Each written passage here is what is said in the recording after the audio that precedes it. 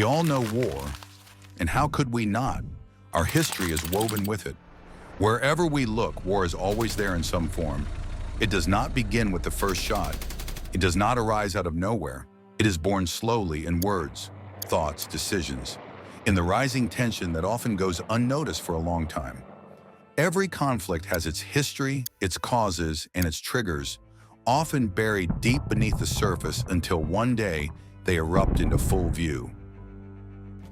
The historian Thucydides, who chronicled the Peloponnesian War between Sparta and Athens, claimed that wars have three main causes: fear, honor, and interest.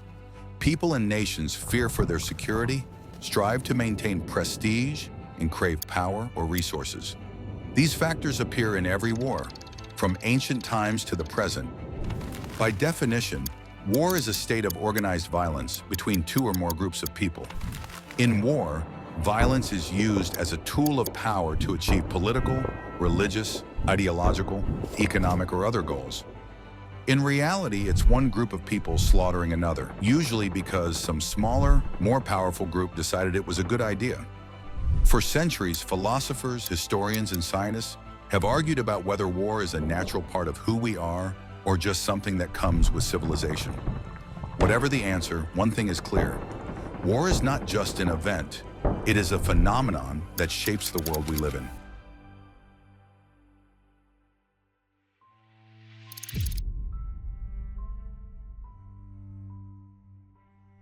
Looking back, we find a few moments in history that could truly be called peaceful. We can say that even hunter-gatherers were killed by other hunter-gatherers. As soon as the first cities and states emerged, war became part of them. The Sumerians fought over irrigation canals, the Egyptians over control of the fertile Nile, the Hittites, Assyrians, and Babylonians all waged wars for power, wealth, and glory. The Greeks fought for honor: the Trojan War, the Persian Wars, the Peloponnesian War. The Romans fought for order.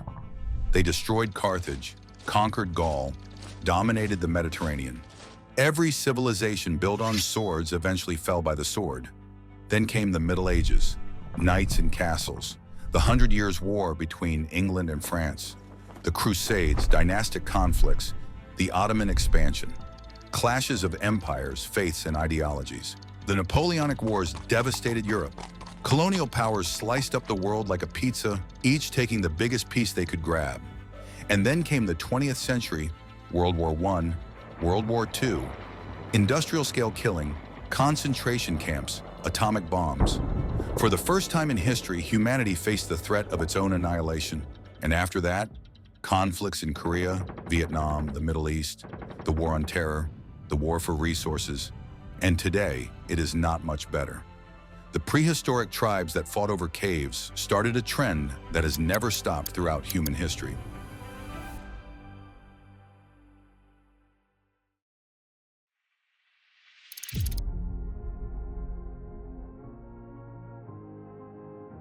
People like to imagine peace as the natural state of the world. But if history were a movie, war would be the main character, and peace would be that one guy in the background who gets 2 lines before disappearing. Looking back, we can see that peace is not the rule, it is the exception. Philosopher Thomas Hobbes, in his work Leviathan, argued that the natural state of humanity is a war of all against all. According to him, human life was solitary, poor, nasty, brutish, in short, until states were formed to tame violence. Without government, people would revert to chaos because they naturally seek power, wealth, and survival at the expense of others. In contrast, Jean-Jacques Rousseau believed that humans are inherently good and peaceful. It was only the rise of civilization, property, and inequality that brought war. In his discourse on the origin of inequality, he wrote, "The first man who, having enclosed a piece of ground, bethought himself of saying, 'This is mine,' and found people simple enough to believe him, was the real founder of civil society." From this perspective, war isn't natural. It's just civilization's twisted version of a team-building exercise. Looking at our past and present, it seems that Hobbes was mostly right.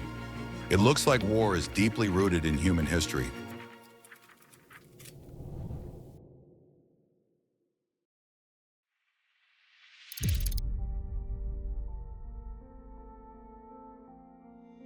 We consider ourselves the pinnacle of evolution, a smart species that took over the planet, built cultures, invented science, and created art.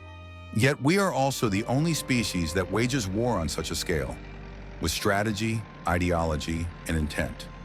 Why? What compels us to reach for weapons again and again?